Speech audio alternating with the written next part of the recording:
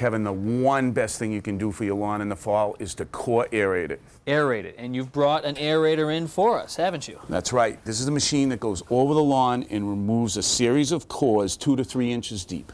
Now, why do I want to punch my lawn full of holes? You're going to relieve compaction. You're going to allow water and nutrients to get down into the soil. And while those holes are there, it's a great opportunity to broadcast compost across the top. It'll go down in and improve the soil. And why so important to do it in the fall? Because if you do it in the spring, you'll have nothing but a lawn full of weeds. Ah, okay. Kevin, when we talk about waking up the lawn, we're talking about coming out early in the spring and dethatching the lawn. Yep. We have an adjustment for the height, Of so the how wheels, aggressive right. we're going to be with our dethatching operation. Okay. And then that drives underneath. Nice set of steel blades. Oh, all right, so these will spin. But now how do these blades know the difference between a dead lawn and a new lawn? They don't, but that's when the timing comes in. You're only going to do this early in the spring when there is no new growth in the lawn, so you're just pulling up the dead grass. All right, well, let's fire it up. You all set? Put these on. Hearing protection.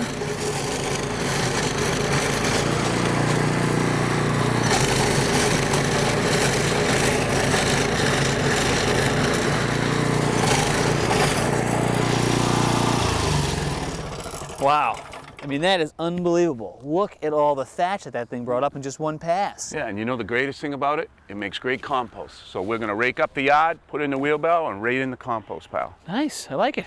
Now, once I get the yard dethatched, I like to lime and fertilizer. Now, what's the lime for? Now, the lime is for the acidity of the soils. Here in New England, we have traditionally acid soil. And this is going to help make the soil more neutral so that grass can better uptake nutrients from the soil. Okay, but what if you don't know how acidic your soil is? Well, you do a soil test, and that'd really help you define how much lime you need and also how much fertilizer, which is another thing I like to do after we dethatch. So now we're going to fertilize, and what are you using for that? Well, I have a sunny lawn here that has a crabgrass problem, so this is a fertilizer combined with crabgrass control. Okay, and I've noticed you've got some seed here. Are you going to do some seeding as well? That's right. Take a look here. You have places like this, very little grass in. That thatcher, dethatcher, is going to come along and rip this up. That's a perfect time for you to scatter your seed down, come by with your lime and fertilizer, and redo the whole lawn. Well, we've got the lawn all ready and prepared. Now it's time to cut it. One of the first things I look for in a lawnmower is an adjustable height.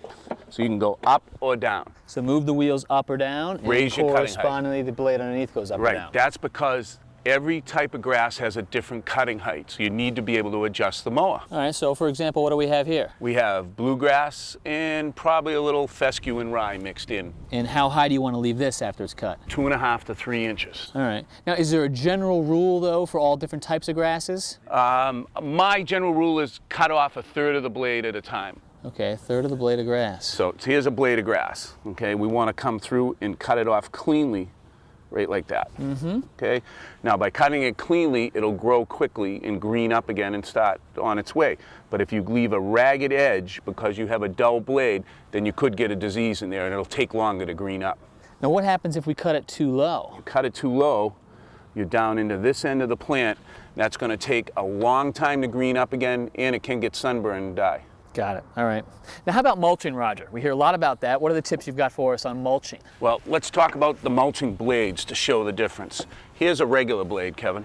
All right. Now, as you're going along, this is turning, and that's the cutting edge This there. leading edge right here Yeah. spins, and there are 2 of them, and that does all the cutting. Yeah.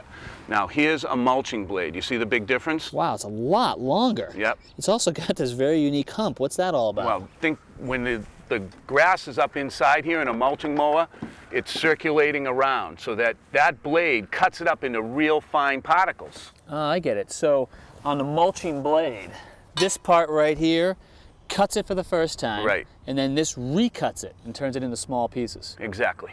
So am I supposed to assume from that that if I don't have a mulching mower, if I don't have a mulching blade, I should always be bagging my lawn? That's right. The fine little particles from the mulching mower actually help the lawn. The big particles that would come out of this would smother the lawn and kill it. All right, good to know. All right, how about watering? How much and how often?